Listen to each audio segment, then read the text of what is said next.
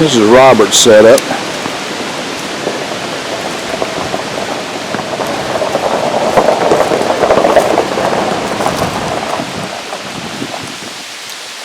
This is one of the community camps here at the Turkeyfoot campground in Daniel Boone National Forest. Got a nice crowd this year at the Fall Meetup. That's also Robert's big canvas tent, Ray. And here is my hammock setup.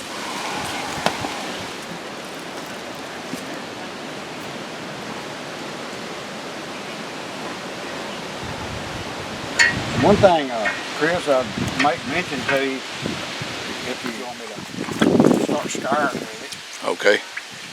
This is Lloyd Chandler. He has been preparing us some amazing meals here on his dish cooker here. And he's going to give us a little bit of a cleaning tip when you're out in the woods like this. So what you got, Lloyd?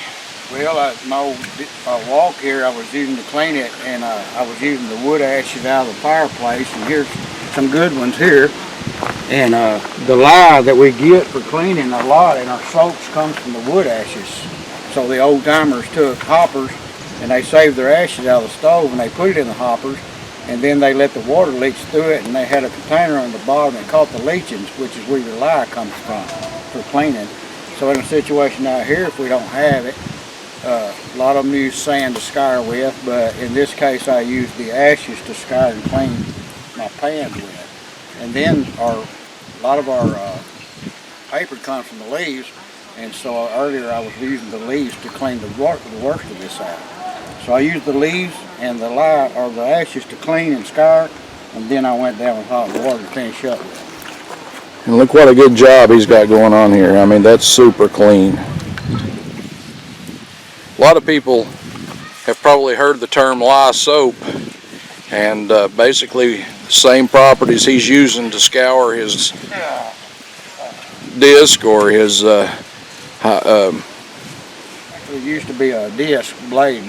It comes from the wok, where the Chinese started with the wok, and the reason I like this part is because it's dished down, the flame comes up, the carbon in the steel makes it heat transmit good, but also the contour of it. So whenever I'm cooking stuff in it, I can just keep tossing.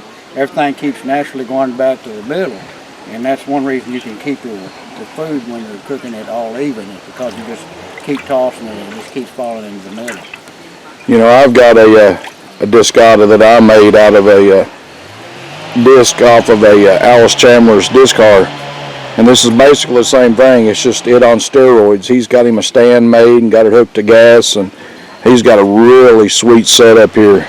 The little lip here, and it matches with this so your heat stays in good, and then you've got your little deal where you can pull your food up here and let it rest and drain your grease will drain back while you're cooking something else. Now, is this something you made or did you purchase this? No, I started out with the disc blades and fell in love with them, but somebody had figured out to add the rest of it to it, and I just love the way they've add to this thing. You know, like this morning I cooked the bacon in here, and I pull it up here, and that bacon grease drains back in here, and then I cook my eggs in the bacon grease. Oh, it was an amazing breakfast too, Lloyd.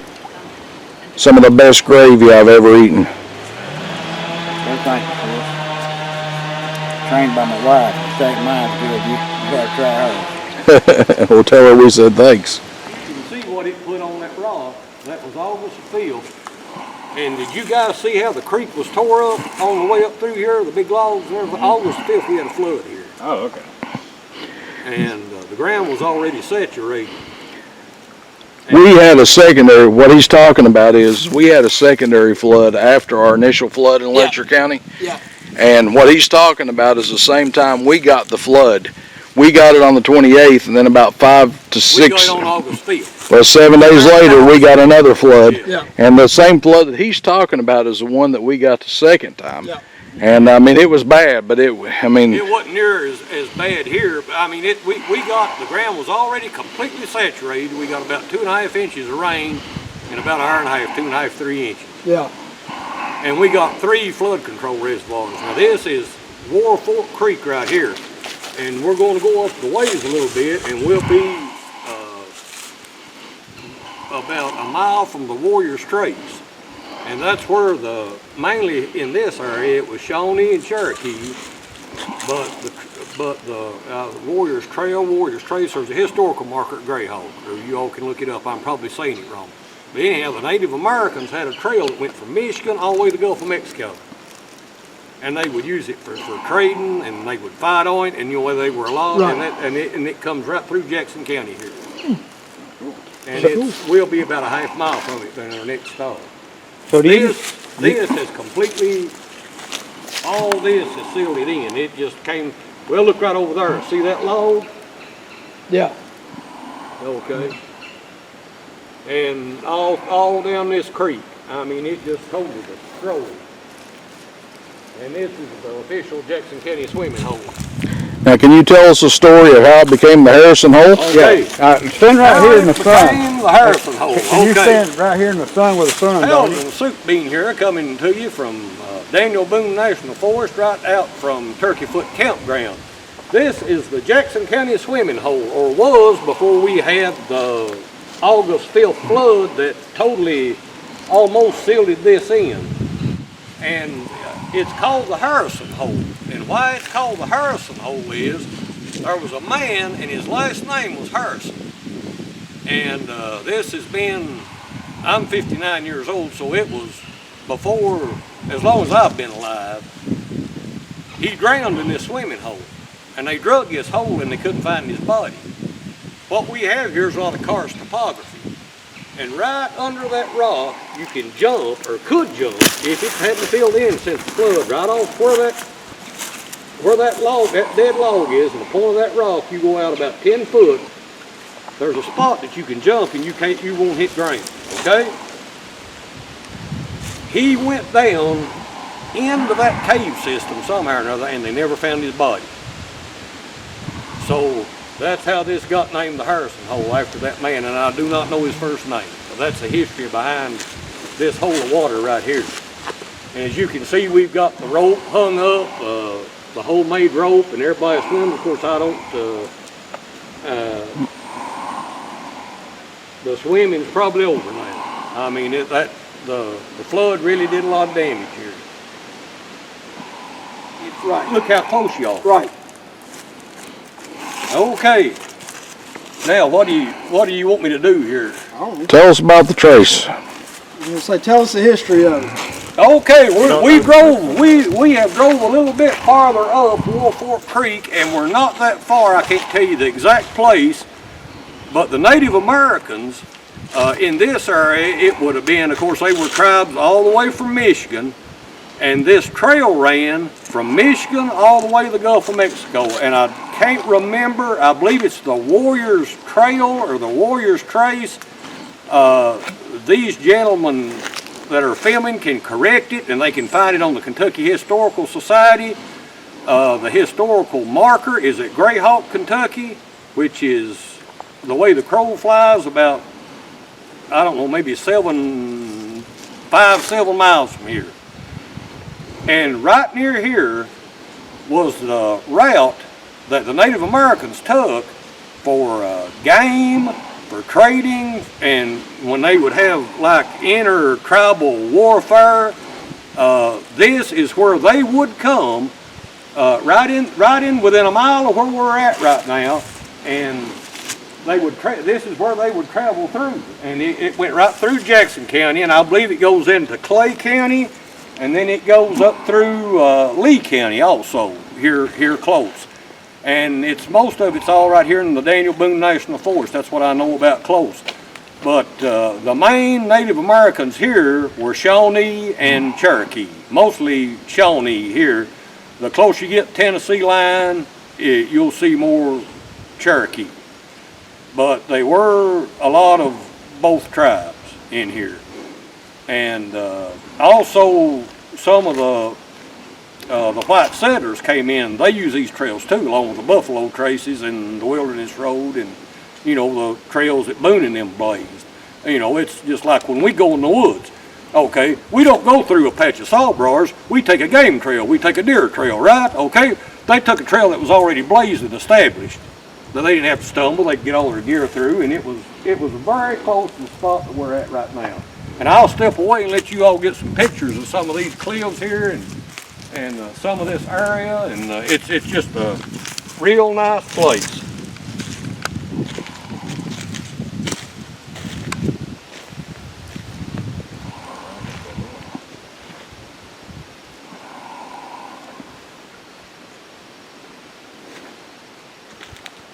And that's about the lowest you'll ever see that creek.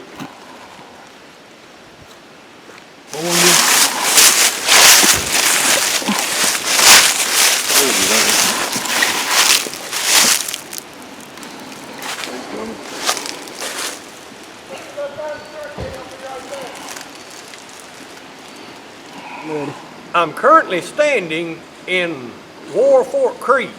This bed, if you can look up that way, as you can see, the creek bed is completely dry.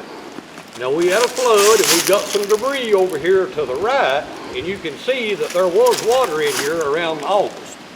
And we did see some flooding inside Resurgence Cave, which you will see in a few minutes. But this is the same creek, or the stream, that runs in to Turkeyfoot Campground. It's War Fork Creek. Now, where we're at is out on the Shiltowie Trace, Shiltowie. There's different ways to say it. Right here is the marker, and it's, you'll see that it's a turtle, and its name is Shiltowie, and this is a National Recreation Trail. It starts at Moorhead, Kentucky, at Cave Run, right around Cave Run somewhere there, and runs all the way to Rugby, Tennessee. It's 200, and I'm just throwing this number out, 200, I believe 230-something miles. And we're almost in the exact middle of it in Jackson County, of the Shiltowie Trace. It's named the Shiltowie Trace because when Daniel Boone was abducted by the Shawnee chief named him Big Turtle. Big Turtle in Shawnee translates to Shiltowie. So this is the trace. It crosses right here of a spring. It's hard to get through because we've got flooding, and it goes right up there to that other mark, and the trail is fairly well marked. But I do recommend, if anybody does hike in here, to have a good topo map, or I'd say have a good topo map and a compass and a GPS and maybe a Garmin, because the trails aren't really that well marked, okay? That's just for everybody's benefit, and I want everybody to be safe that comes down here. We want you to get outside, but we want you to be safe. We want you to have a good time. That's what's important, okay? Everybody gets out. Everybody works together. Everybody gets out. Okay, now, these gentlemen just came out of Resurgence Cave, and that's what we're going to show you. Up that way, about upstream on War Fork,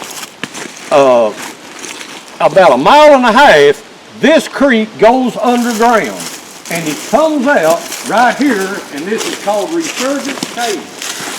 This is what you would call the star of this part of the train. This is one of the most famous parts.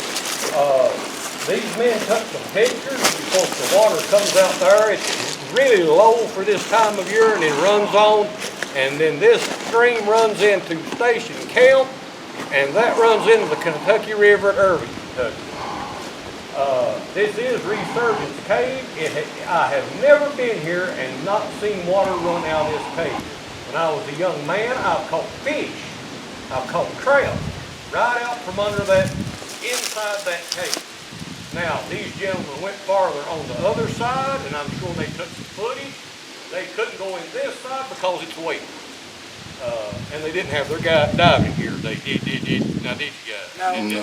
No diving gear today. Okay, so they took the dry route, and they got some beautiful footage in there of this cave system. This is a honeycomb cave system that goes all the way up and down this hollow. This limestone, this karst topography that we're in here in eastern Kentucky, and right in the middle of the Shiltowie, in the dead middle of the Daniel Boone National Forest, is full of karst topography and caves, and there's no shortage of them. You could spend a week and go down here and find caves that maybe somebody has never been in before. Maybe they have, maybe they haven't. But this is a part of, I guess this is a part of nature that I enjoy. Nobody wants to go where you're running all over people. You know, we haven't seen anybody all day. We're right out in the middle of nature. A lot of good fun stuff to see. Didn't cost us a dime. We've been safe. We've had a good time. We've had good fellowship, good company. We're going back to the camp to eat. So we're going to head back up that way, uphill to the cars where we parked at the little pull-off of the Sheltowee. And we're going to drive back and get some food. So we'll see you back at camp. You have the courage. You got 2 hands on the shot. Yeah.